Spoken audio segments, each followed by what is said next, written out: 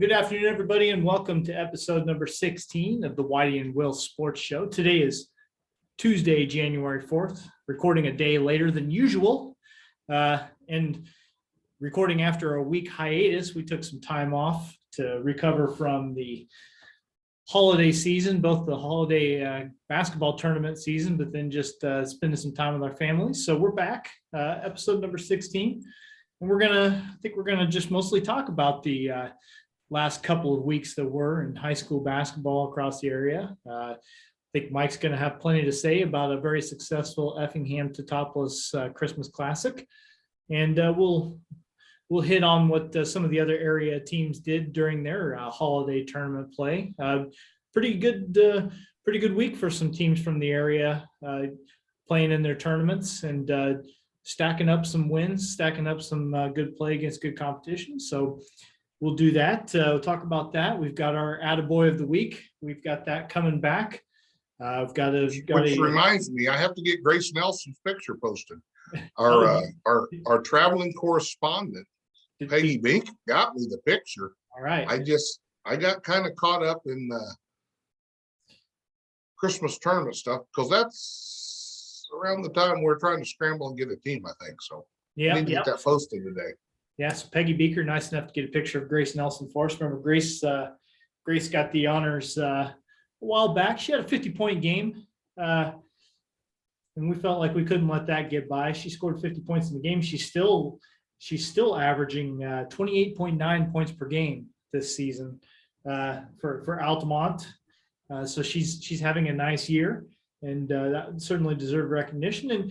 And I'll tease it a little bit. We'll get to this at the end of the show, but the person we're honoring today is not going to have those eye-popping numbers, but I think deserving in another way. So we'll address that later. But first things first, Mike, another Effingham Teutopolis Christmas Classic in the books. Chicago Brooks was your winner in the championship game. They defeated Lincoln Way East. We had the Lincoln Way East coach on our last show. He's part of a panel of coaches that joined us, and it was a couple of teams that had a really nice tournament getting into that championship game. The championship game itself was kind of a slugfest. Kind of a feel each other out, figuratively and literally. And beat each other up almost. Yeah, and it was Brooks that came away with the win. A tough team to play against. They were tough to match up with.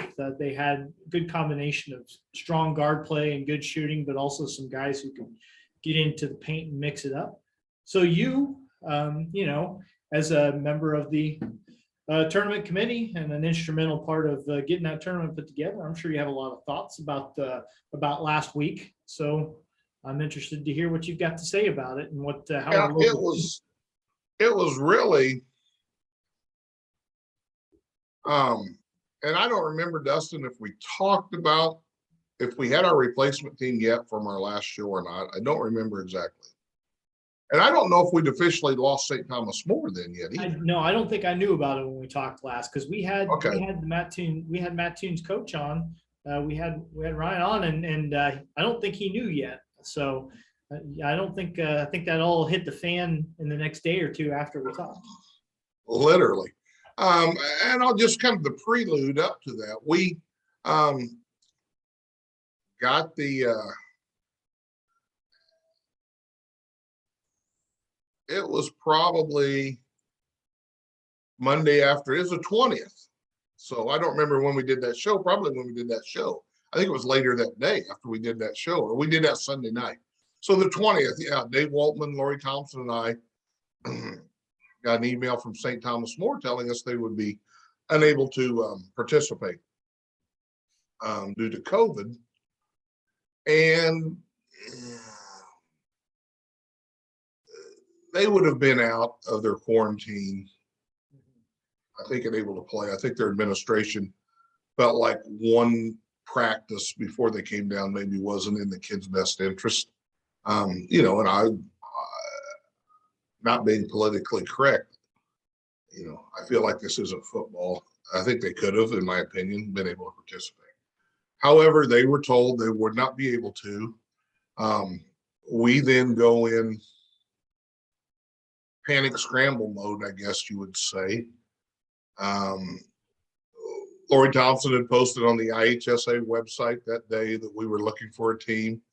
And Dave Waltman then posted on the Illinois Athletic Directors Tuesday morning their website that we were looking for a team. And literally within 15 minutes, Dave received an email from Knoxville saying they were interested, which is kind of ironic because we had spoken to Knoxville when we had the opening back in August and September, because I knew they weren't playing in anything, and they didn't feel at the time, it wasn't something that they were still interested in. Okay. So then, we reached back out to them, and we offered them, hey, here's a couple other things, because the next day, that Wednesday, they went back on the IADA's website, and there's now 10 other tournaments looking for teams. So we beat the tsunami by literally hours on getting it posted. And like I said, a big shout out to Dave on that, because I don't know that we had feedback from the IHSA's website. And it just, that's just where our first response was to post it. So it was kind of funny because the St. Thomas More came in at like 3:55 on a Monday. And then Tuesday at about 3:55, another one of our schools in the tournament was concerned because they may or may not have had a young man who was sick. And I was like, well, I'm not going to answer my phone anymore at 3:50. Between 3 and 4 o'clock, I'm turning my phone off. I'm only getting bad news. And it's kind of funny because Knoxville reached out to Dave 3:50, 3:55 that Wednesday. We had our final committee meeting that Wednesday night, where we kind of put to bed a few last things and, have a meal, go, one of our program ad sponsors, we can go have a meal at their establishment, and kind of became a celebratory deal when we found out we had Knoxville in, which was awesome. We had said all along that team would fit into the bracket. Now, had we had to use Matt Toon's JV, we would have had to make some manipulations. Obviously, they couldn't play their JV. So that's where that all plugged in. And we literally held our breath because, I text all the coaches and I said, send me a text when you get to town because they're traveling. Then we had weather. Northern Illinois got snow that day. Everybody got out. Was it Oaklawn or somebody got out? And the weather was starting to the snow was starting to pick up about the time they left. But we got everybody in town. So at that point, you kind of exhale. Okay, now we can have our tournament. And the T-Town site, because I'm there predominantly, I'm there the first 2 days. Very competitive games. Mm-hmm. Mm-hmm. Maybe 1 or 2 that weren't, but games were going down to the wire, going down to 2 minutes. Very competitive. Just, I know there was a couple blowouts at Effingham. We had I guess the committee's seeds as scientific or unscientific as we do, because it's pretty difficult when you don't. It's not like seeing the NTC when you see everybody and everybody play together. You have a pretty good idea. And initially, like 2 weeks before or a week before our actual seating meeting, another member of the committee and I, the seating committee, were talking, and we were kind of making Lincoln Way and Brooks our 1 and 2. Okay.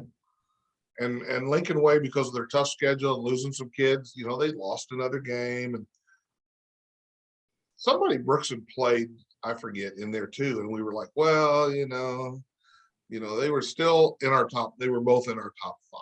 And the seedings came out pretty well, but I thought the tournament went well. I'll tell you what, St. Anthony beating Champaign Centennial. You did that game on the radio, I believe. Yeah. Mm-hmm. Mm-hmm. St. Anthony just kept hanging around. Yeah. They just kept hanging around. I don't think Centennial ever had a league lead bigger than maybe 4 points, if that, at any point in the ball game. And you know, the Centennial's got a lot of athletes on the floor. They just, I don't know if they were still on the bus. They just were not interested in the beginning of the game. And St. Anthony come out and just played their guts out.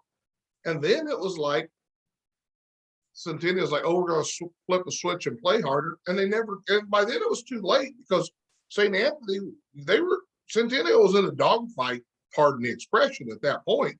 And the St. Anthony kids showed me a ton. They really did, just how they just kept hanging around and, just kept getting rebounds. And the end of the game's a tie game. I had done the Dietrich St. Anthony game with Matt Robinson. I knew exactly what St. Anthony was going to run. Craig Croy's strong enough to do that little step back fade away from about, 15 feet, which he did. He buried, and Centennial never really got, I don't think they got a shot off. They may have got one from 30 some feet, but it wasn't a good look. Big win, huge win. I mean, really was. And really for St. Anthony to win that first round game against Centennial, it set them up for kind of a gauntlet, quite honestly. They had turned around and played Lincoln Way East. They lost that game by 17, and they, Lincoln Way East is just good, right? Like, I mean, as we found out, playing for the championship. But that Lincoln Way East game, Whitey, St. Anthony was down like 20-3. East came out and hit 5 threes. Bellevue got it. Huh? And St. Anthony came back, right? They came back. St. Anthony came back, cut it to 3 or 4, and then East would pull away, and then St. Anthony would go on a run. And really, it was probably early fourth quarter before East went on a final run to really open it up and get it comfortably in double digits. But played their hearts out. They really did. Yeah, and then I mean, so you lose that game, then you end up having to play Teutopolis. Come back and play Teutopolis that night. Play T-Town on their home floor. You lose that game by 8. Again, there's not a lot of shame in that. Without Craig Croy for most of the game, as I understand. And then Craig he started, and he committed 2 fouls really, really early in that game. He was guarding Caleb Seamer, first foul, whatever. But the second foul, it was almost like he wanted to set down. I mean, Caleb either had got a rebound or was trying to get a pass, and he almost wrapped him up in a bear hug. And within 10 minutes, 5 minutes time, then he's got his shoe off and he's got ice on his foot. So and he didn't end up playing again the rest of the tournament. He did play the rest of the tournament. He missed out. They turned around then after losing that game, closed out with a game against Knoxville, the team that, as we talked about earlier, jumped in at the last minute. Knoxville had just come off a loss to Effingham. And so in the 7th place game, they played St. Anthony. St. Anthony led by 5 points. I think it was 5 points after 3 quarters. But then Knoxville kind of they closed it out real nicely and got a 5-point win, 48-43. So the Bulldogs, they win a big game against Centennial and end up going 1-3 in the tournament. But, you got to look at it a little deeper than that to understand how well they played. And also, look at who they played. You play Centennial, who beat Normal. You play East, you play T-Town on their home floor, and then you turn around and play Knoxville, who are 9-1 going into the tournament. And one thing that Croy getting hurt, and we don't really know like long term what's going on there. We don't have any inside information at this point. I think this is that same injury. He missed a game a couple of weeks ago, and I think it's just, I don't think he's ever got enough time off to really completely heal from it. But Bryce Fearday found his Brock name. Faraday. Is it Brock? Yeah, Bryce played for me. Brock, that's right. I get confused. Brock Fearday. He scored 12 points in that game against T-Town, and then got the start against Knoxville, and didn't. Let me look real quick. He he didn't score as many points in that game. He scored 8 points in the Knoxville game, but held his own for sure. Well, in the T-Town game, because I had not seen him play in the game. The few times I'd seen St. Anthony play, I saw him play a little JV at Diedrich. But so he's out there in the T-Town game. Here he is, a freshman. Played well, was not apprehensive about anything. I was very impressed. He played really well in that game, and then turned around and played fine against Knoxville. Here you are, a freshman, and you're playing in a couple big games against some pretty good teams. Yeah. I mean, that stretch of games is why you get in a tournament like this. You may not win it. You're probably not going to win it because it's such a good field. It's a tough thing to do, win 4 games in 3 days against that level of competition, but you're better for it in the long run. St. Anthony is sitting there right now with I'm looking now, 8-8. 8-7 now. Are they 8-8? 8-8. And, Okay. They probably feel like that could be better. But that 3 of those losses are against really good teams that are going to make you better than when you get into, 3 of those losses are against really good teams that you get into a regional, you're going to be better for having played those games. And, Cody Rinker gets it. I mean, Cody and I have had these conversations back when they were wanting in the tournament before they were able to get into the tournament. This is how you get better. It really is. I mean, you want to improve your team, you've got to play stiffer competition, because when that 1A postseason starts, there will not be any team St. Anthony faces, I'll go on record with this one, that will not have the athletes of Lincoln Way East through it then. Yeah. Nobody. Yep. And they stood toe-to-toe with them, down 17 and came back, cut it to 3 or 4, showed they could. So that's huge for them. Well, and you want to talk athletes. I mean, I think Centennial, you could probably throw Centennial in that bucket too. I mean, the actual basketball might not have been there that game, although Centennial turned around and won the next 3 games they played, right? They beat Pleasant Plains. Pleasant Plains, I'll tell you what, tough tournament for them. They played in 2 really close games at the beginning, and then they had to go to overtime. And finally, they got Belvedere in the 13th place game, beat them by 8 points, which was the widest margin that any of their games were decided. Well, no, they won their first game by 10, but it was closer for most of the game. So they're better than a 13. I mean, and that's the thing about our tournament, and I saw another website was complaining about us being borderline child abusers because we play 4 games in 3 days. And why do we have a 15th place game? How horrible is that? Well, coaches want 4 games. Coaches want 4 games. Okay. I mean, that's the thing. I mean, it's not like people are signing up for this tournament and they don't know what they're getting into. So that's one of our selling points. People like a lot of it. So, it is what it is. No, we're not going to take their advice and go back to an 8-team tournament. And, no. I remember the Charleston Holiday Tournament back in the day, coaching with Dave Bartlett. You would win your first game, lose your second one, you're done. We hated that. Yeah. Everybody hated that. Yeah. Until they started adding additional games. It's not about the media, what they want. It's about the coaches and the teams, what they want to do.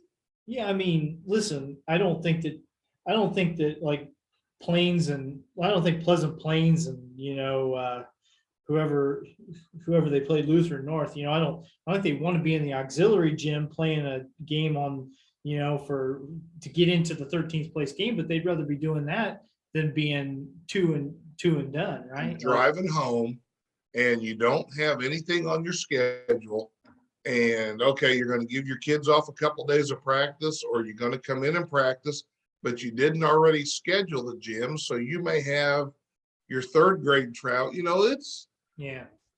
People don't, it is what it is. And I know those people, 4 games is a key. And, Kyle had 2, Lincoln Way East beat. He was down, I think they were down one with about a minute and a half and had the ball. Mm-hmm. Yep, they did. And turned it over, and then East athleticism had just worn them down. So yeah, that like I said, that was a 10-point game, but final, but it wasn't a 10-point game as far as. no, I mean, I think they got outscored probably 9-0 the last minute and a half. Yeah, made a bunch of free throws, stretched it out. Exactly. So that was a hard fought game. We sat and watched the end of that one, waiting for St. Anthony and Centennial to play. So let's talk about how the other local teams did in the tournament, because I think all of our local teams comported themselves very nicely. We'll touch on Newton. Newton played for third place, lost the third place game to Oak Lawn, 50-34. But before that, they won their opener against Charleston. They played Charleston for the second time in a week and beat them by double digits again. So kind of I was worried because I felt bad for Troy because Charleston got out to an early lead in that game, and then they just kind of held it. Finally, in the third quarter, Newton kind of went on a run and then pulled away. Tough to do that. And we talked about it on the last show, and I told Troy when he was on here, we'd reached out to him. Hey, we hate this, but we didn't have any way around it. But I'll tell you what, I think if any team surprised me in the tournament, it was Newton. Well, I think the way it shook out for Newton, they probably have no complaints. I mean, I'm certainly sure that Troy enjoyed this next round, the second round game where they defeated T-Town 58-55. I'm sure that meant a lot to him, not just in terms of winning and getting yourself into the Final Four of the tournament, but obviously to do it against T-Towners, you got a lot of pride for having been a part of that program for such a long time, but then to go in there and beat them in a tough game. I mean, you win a game on that floor, I had a win there. You don't forget those games. You really don't. Mm-hmm. And that was a game that Newton kids shot the ball pretty well throughout most of the tournament until the third place game. Yeah. Got beat by Lincoln. And then, like I said, they turned around and played Lincoln Way East in the second game that day. The Athletics, close game to the half. Newton may have even led at the half by one, I think. But it just got to the point where East just had too many big kids. Newton's strong point is not their size. Then they turned around third place game, played Oak Lawn, who just guarded the heck out of them. But the thing was, Newton couldn't buy a bucket. They could not buy a bucket in that third place game. And they had shot it so well. And talking to Troy afterwards, because they'd talk like, they wanted to come. They were, had to be at Dietrich so many years. Had they gone to Dietrich, would they have won the tournament? Who knows? But I would have said they would have been the favorite. So you quote, give up a holiday tournament potential little trophy. You come over here, and I'll tell you what, Troy Bierman was ecstatic because he said, Mike, I played T-Town on their floor and Luther or Lincoln Way East back to back in the same day. There's nowhere within 50 miles of here you could have faced those two quality teams in a tournament and then turn around and play in Oak Lawn the next day. Newton's going to be a load postseason. Well, they really are. Postseason, and also, they're in the Little Illini Conference, and they have really yet to get into the meat of their conference schedule yet. But sooner or later, they're going to be games with Olney, who at this point is undefeated, and they play Effingham tonight. By the way, in Effingham, I'll be there with Greg. But they're going to have to play. They're going to have to play Olney and Mount Carmel to try and win that conference. And I will tell you this. As of today, Newton has played a tougher schedule than both of those teams. Sure. So it'll serve them well then. And then, of course, Newton, once they get in the regionals, the same song we've already been singing throughout this show. So if they handle themselves really well, good team.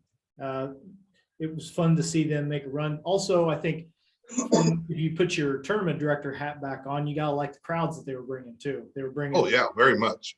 And that's one of the things we have to balance when we bring teams in. You got to bring competitive teams who are going to be a fit, but you also like to bring in teams who are going to draw crowds. Mhm. Newton, their following was awesome. I'll tell you, the excitement in the building for that Newton T-Town game. I mean, Yeah. you thought you were sitting in a regional final or a sectional game. And just very, very electric crowd. Yeah. We were excited. We really were. I was definitely jealous that you got to see that. Nothing against, I was over covering the Effingham boys while that was going on, and it's nothing against them, but that's a game, I would have liked to have seen myself. So that's and speaking of the Effingham boys, they did pretty well for themselves in this tournament. This season has been a struggle for Effingham in terms of wins and losses. There's really no They've ebbed and flowed this year as a team. They really have. But I mean, yeah, they've only won 4 games this year, but they won a couple, at the Thanksgiving tournament, and then they've won a couple here in this tournament. Had a long stretch between where they didn't win any games, but they just have to play so many good teams for one thing. But then having seen all 4 of their games in the tournament, last week, they play hard, I mean, you can't fault the effort. And there's some guys who are finding themselves, guys that are going to be part of the program next year too, that are starting to understand, what they're going to need to do. And I'm talking about guys who have started the season coming off the bench and have worked their ways into, bigger roles. Kids like Ethan Ritz, who was not a starter at the beginning of the year, but he's been starting now.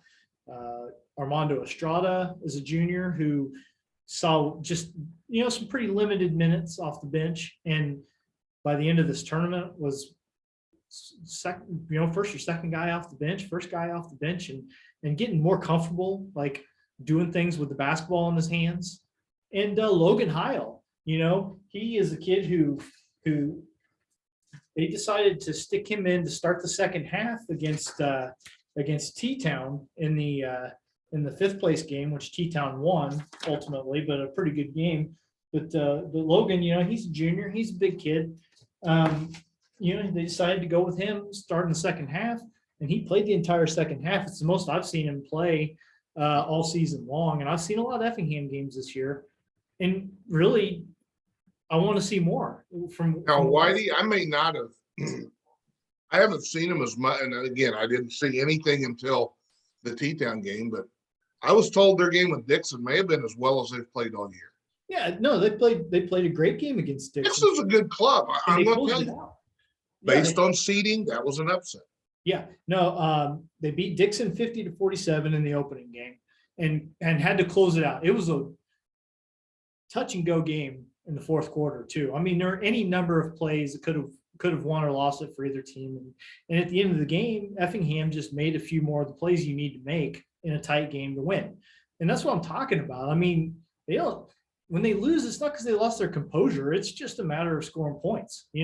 It's just a matter of putting points on the board. In that game, they put points on the board. They got a big bucket from Jet Volpe when they really needed it.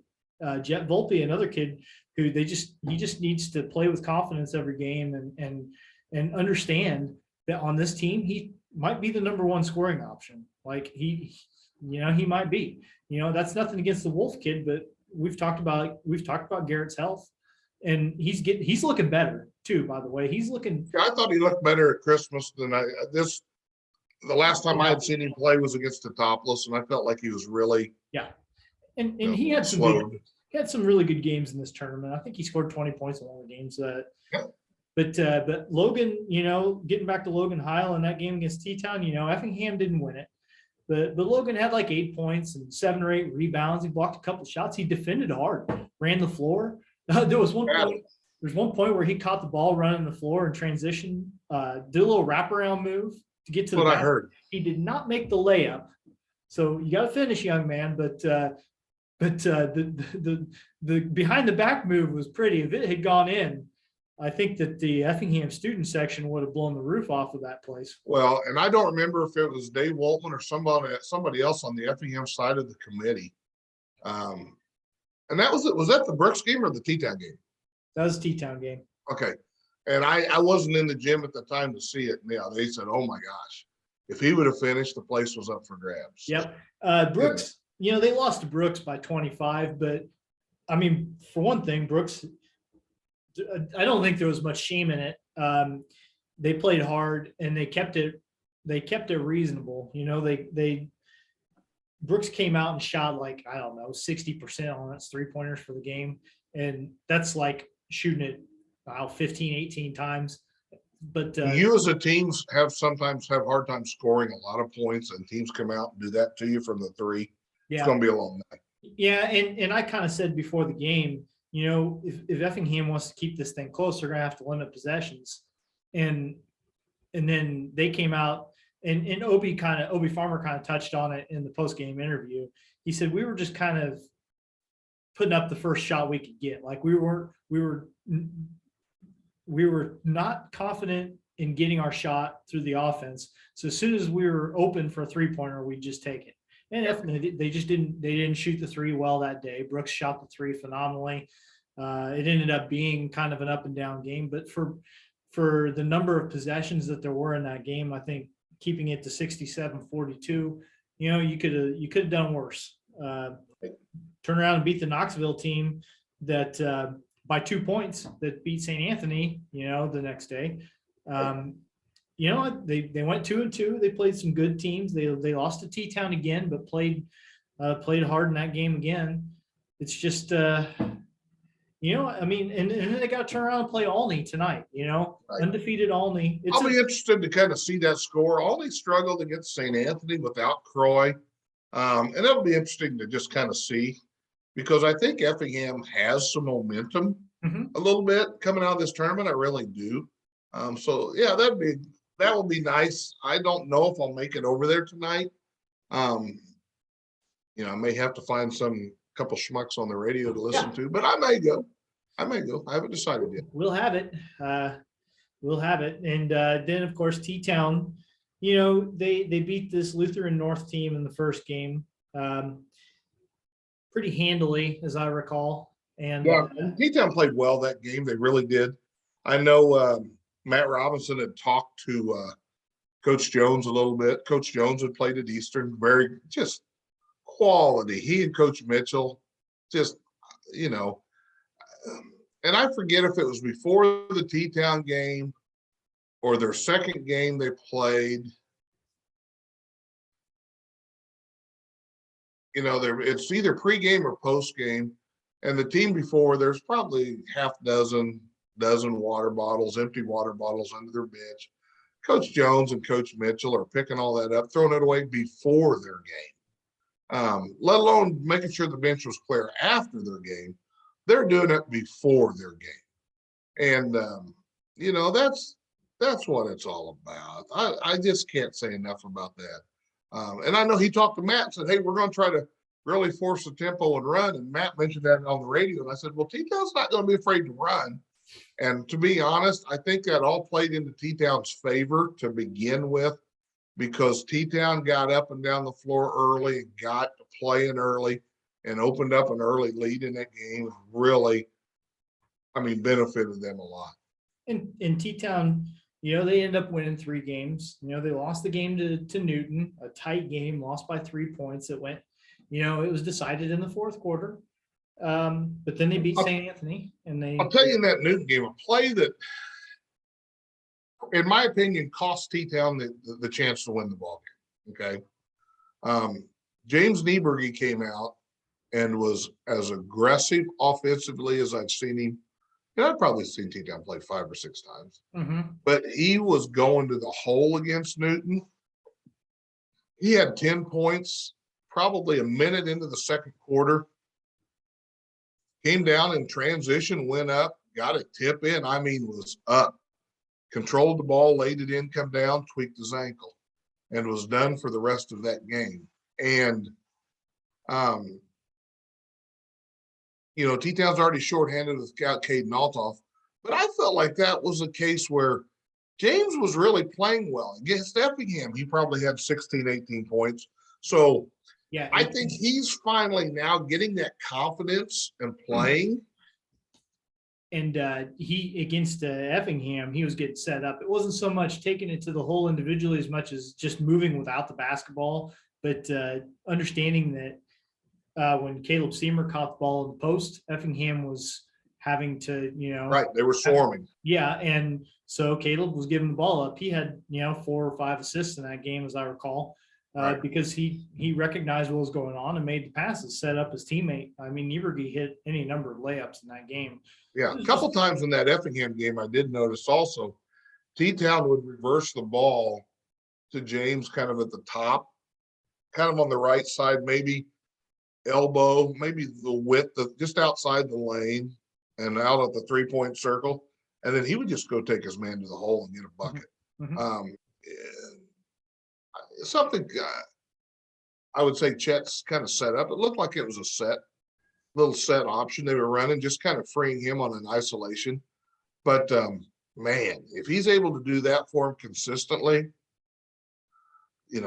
that's the James Nieberge I think people were expecting to see. He's just now got the confidence in himself to do it. And here's another thing. Point-wise, after the first game, Brendan Nieberge did not have a good tournament point-wise, okay? He was a main attraction. Everybody went out of their way to guard him, hassle him, harass him. He wore out the inside of the rims against Newton and against St. Anthony. It's just the ball wouldn't go down. He had so many good looks in and out, in and out. It's not like me or you shooting a 3 and we're building a house. I mean, these are in and out. And, it showed me a lot that St. Anthony was able to do what they did. Max Nieberge had a really nice game against Newton, kind of help him, kept him in that and hung around. But yeah, T-Town's, I feel, really on the verge of raising their play as a team a notch. I really do. And I got another thing I want to add to that in just a couple minutes here. Okay. That's your teaser. Okay. Well, I don't know. We got anything else to say about the Effingham Teutopolis Christmas Classic? We about ready to put that one to bed? Kind of. Well, let me read off the alternate team here. Please do. If I can, I got to put my glasses back on so I can read. Pleasant Plains, Zach Powell. Zach Powell has his mom's from Diedrich. Okay. Talked to her. She actually was a student when I was a student teaching at Diedrich. Kyle Stewart, St. Anthony. David Heiss, Knoxville. Jarrett Moore, Anthony Vival from Brooks. John McGowan, Davion Lawrence from Oak Lawn. Now, see, those are kids I really didn't. I got to see the Plains and St. Anthony kids, obviously. Tylon Tolliver and George Bellevue from Lincoln Way East. Evan Schaefer, Ben Meinhardt from Newton. Garrett Wolf, Effingham. Caleb Seamer, Teutopolis. David Hubbard from Centennial. And Jacob Gaither from Dixon. And I'd say, I think at least 5 or 6 of those kids are coming back next year or under juniors or so. So, yeah. So that will put it to bed. Successful tournament. Committee put in a lot of work, a lot of hours. When it's done, we kind of have a collective exhale. We're actually meeting this Thursday to, we kind of have our post-tournament. Here's some ideas, some things we need to do. Did you get enough to eat, Whitey?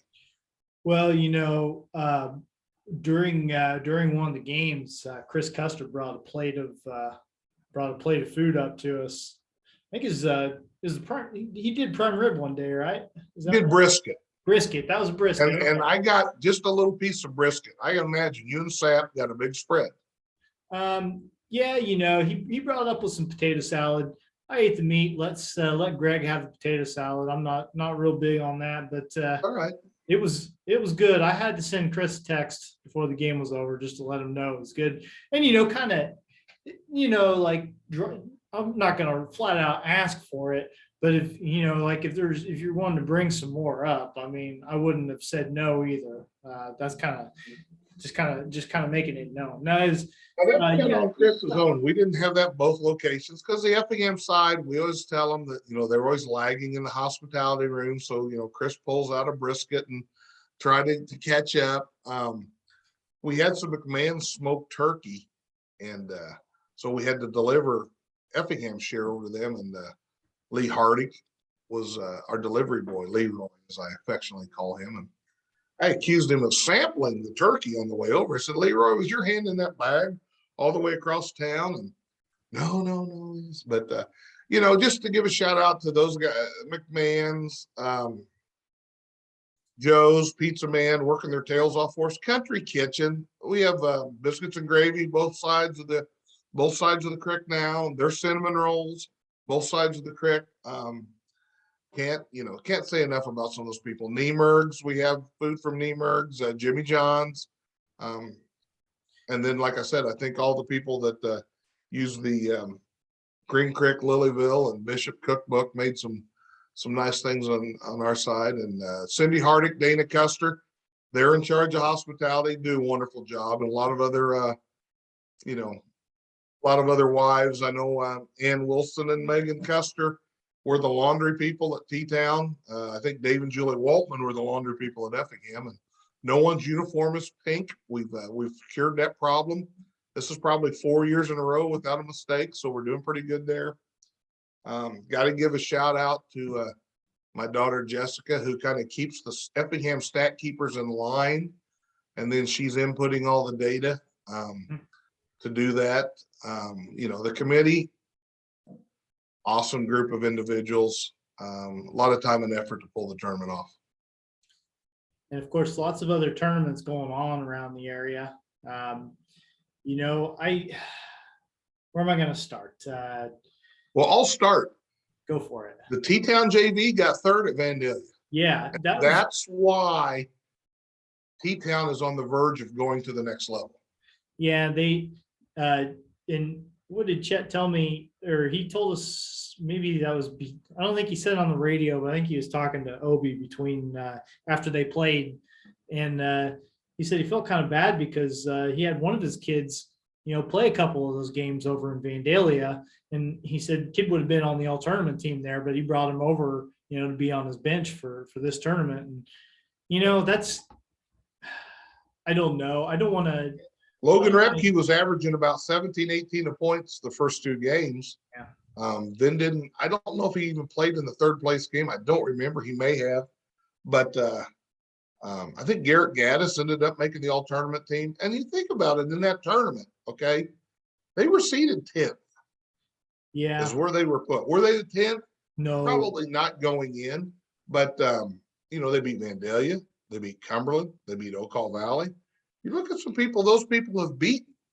Was it Ocala Valley or Shelbyville? Both. Was it? They beat both of them.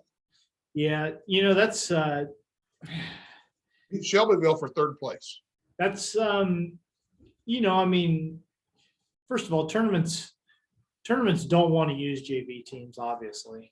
But that's for a tournament, that would be I think almost a nightmare in a way to bring in a JV team, even though it's T-Town, but to have them, beat a bunch of varsity teams.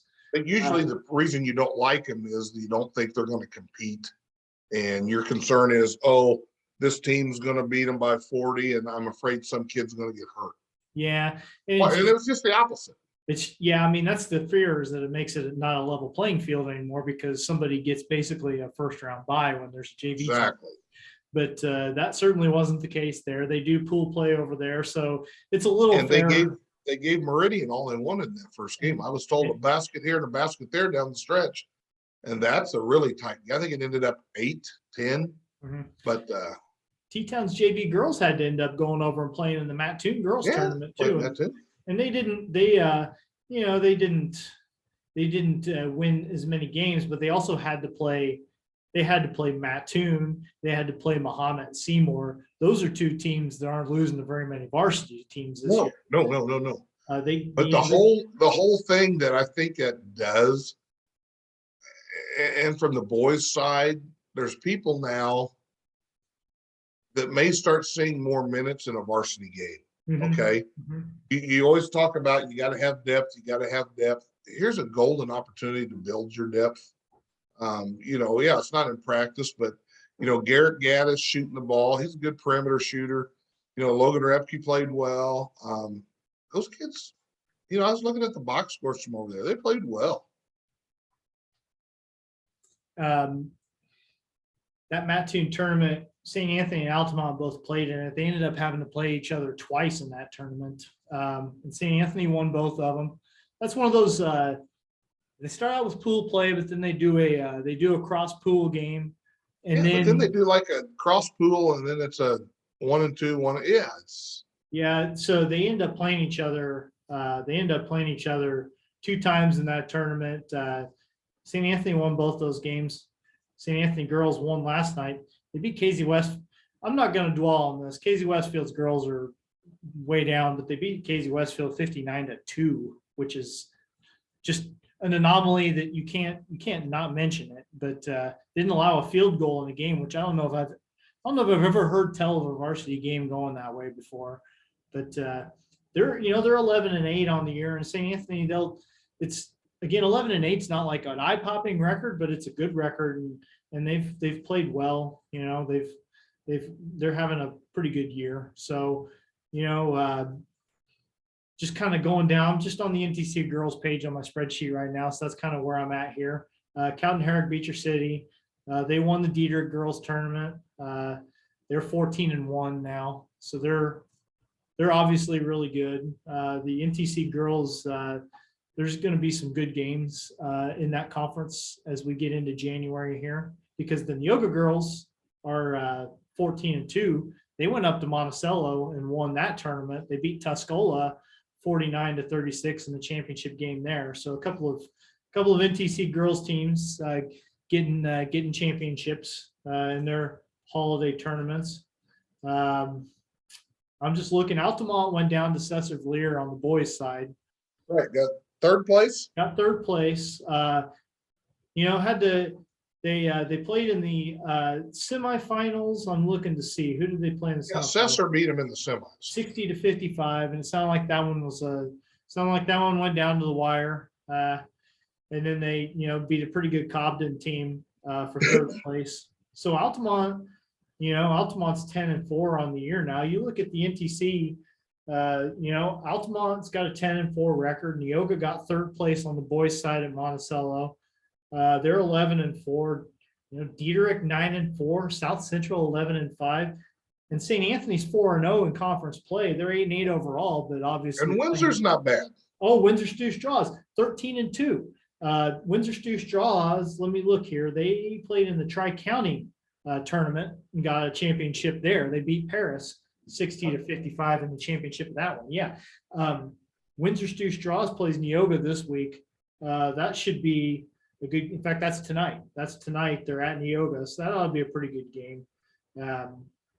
Looking forward to hearing how that one turns out. But I think that's going to end up being one that determines, helps kind of determine, some of the top seeding in the NTC tournament in a couple of weeks. I don't know exactly what the time frame is when they seed that thing, but the tournament itself is the last week of January. So it's either this Saturday or next Saturday they have the seeding meeting.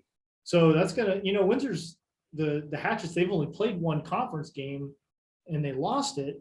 But it's hard to. I don't know that's not going to be the only determining factor when they're seeding that thing. Obviously, the coaches are well aware of what's going on. So I just think the NTC boys tournament is going to be a lot of fun. It's going to be a very competitive tournament. It really is. Windsor Stu Straws also, by the way. Do we talk about the St. Elmo tournament on our last show or not? I think we may have. They won that one.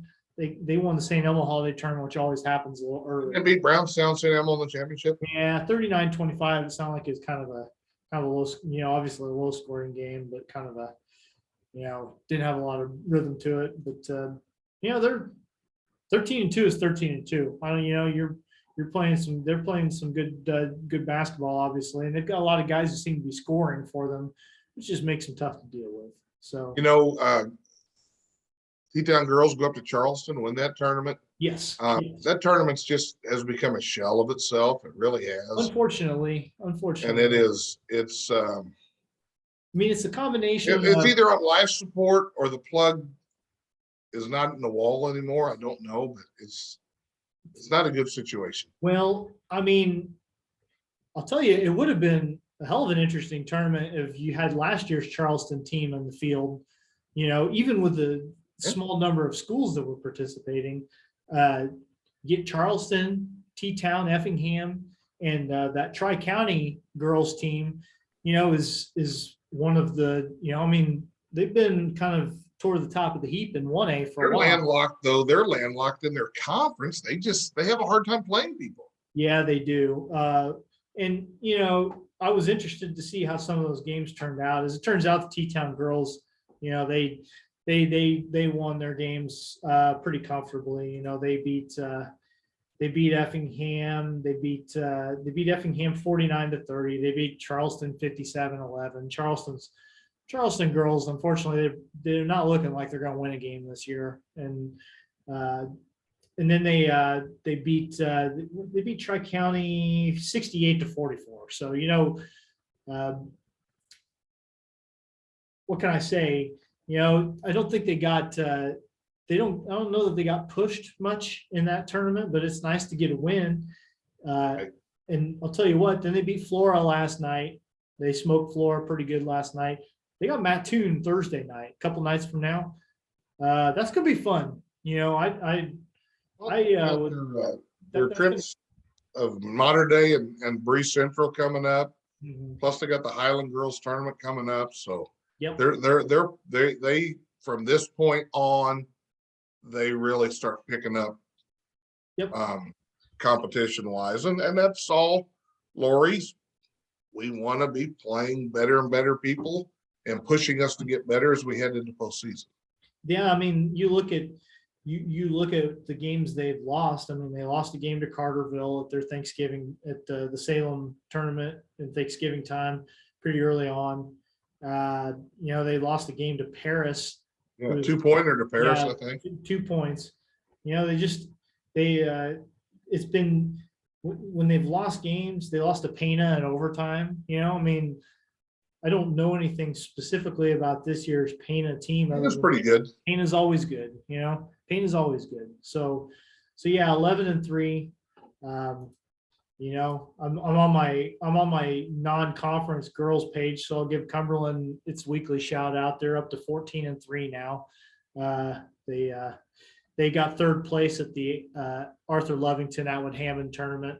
They had to play Mount Zion in that one and got beat, but then they won the third place game. So that was a good run for them. Let me see here.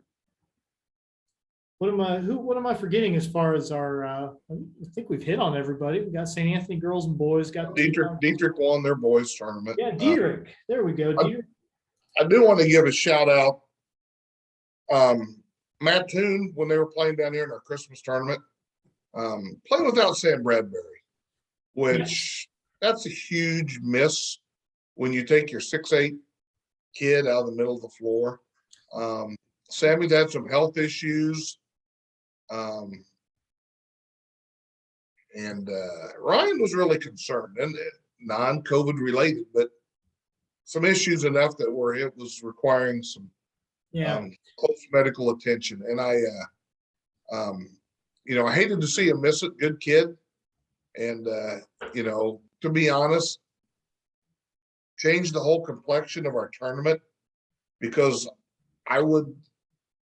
they probably would have beat Knoxville had they had Sam in the middle of because I know they got beat up on the boards pretty bad. And I think their whole team they also hadn't played for quite a while going into that. Yeah, they had some time off. So you're right. But that hurt him a little bit. So I just want to kind of give a shout out to him and hope that he gets back on the floor here before too long. So that's it. That's all I got, Whitey. I think we've hit on all our local teams that won tournaments or had pretty good showings in tournaments. This week is kind of we've mentioned some of the upcoming games. It's not a real busy week on the schedule.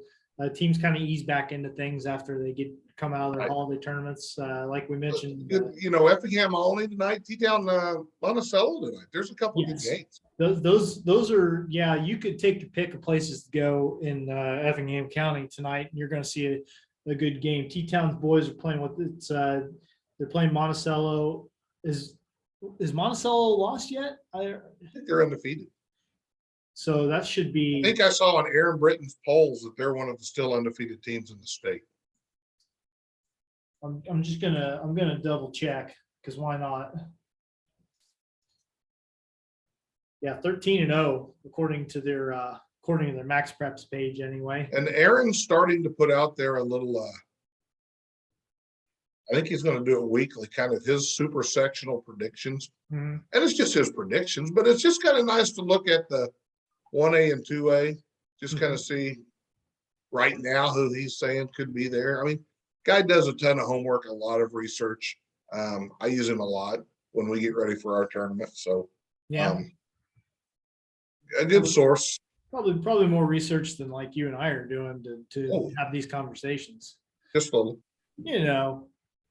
Your premise was the premise you pitched to me was two guys in a bar having a conversation. So to me, those guys aren't doing any research. They're talking out their asses. So we haven't spilled anything on our shirt, so we're ahead of two guys in a bar right now. So yeah, tonight Effingham and Albany. That's at Effingham High School. Monticello at T-Town. A couple of good games there. We mentioned St. Anthony. Do they play tonight? St. Anthony boys. They're at Robinson. So that should be a big good ball game. Game. They've got that one, and then they play Paris on Saturday. I think Paris is kind of, their boys team is obviously not quite on the level as the girls team this year as far as success, but you got to go on the road for both of those games. So that's not going to be easy for the Bulldogs as they try to, they're, like I said, sitting 8-8. They've played some good teams. Now you want to try to carve out a few more victories as you're getting into, starting to think about what you want to be seated in your sectionals and that kind of stuff. So, sure. And I'm just really excited for what the NTC tournament's going to look like. That one's always near and dear to my heart. So I'll be interested to see how that goes. And then, the Apollo Conference on the boys' side, I'm just interested to see how they manage to get all the games played, because I think of all the conferences that we are paying attention to, Taylorville shut down again. Yeah, Taylorville's having another situation. They were supposed to play last night, and their boys couldn't do it. They're having a shootout on Saturday, and they're looking for an opponent to, I think, replace them. St. Thomas More, they're looking for games. I'm gonna just leave that one there. You can get your shot in. The thing is that Effingham is supposed to play Taylorville next week, I think, boys and girls. So there's at least some concern about getting those all in. I mean, you've got a bunch of games in this conference between Mattoon and Lincoln and Taylorville that already are having to be made up later on down the road, where you're going to get to a point where you run out of. It'll be hard pressed to fill. You're going to have a hard time getting all your conference games in. Yeah, it's just because you've had Mattoon's been out, Lincoln's been out, Taylorville's been out twice now. Yeah. I mean, it's a tough situation. I'm not trying to lay blame on anybody or anything like that. Not trying to make anyone feel bad. It's at this point, I sort of look at how the holiday tournament season went, with a lot of tournaments having to make last second adjustments, in some cases just having forfeits because dropped out. And there was a lot of that. I saw Aaron mentioned maybe, would there only be, I forget, maybe 27 tournaments in the state went, quote, unscathed as far as forfeits of the holiday. I forget the number he had out on Twitter, but I mean, and we held our breath the whole time we were here. So, I think luckily this wave we're dealing with now is not as deadly, but it's so darn. I mean, you're seeing schools closing places, and it's primarily because they don't have enough staff. Yeah. I mean, when teachers start getting, I mean, you're getting it, and it's so contagious. They're shutting down for short periods of time, and I don't think it's just the fact that they don't have enough people. Mm-hmm. Is kind of what I'm seeing. And from And talking to some of the coaches in different parts of the state this week, that's their biggest fear, saying if we get a wave, we're having to close for a week because we don't have enough teachers. yeah, and just, I mean, obviously basketball is not the most important thing, but it's what you and I are here talking about.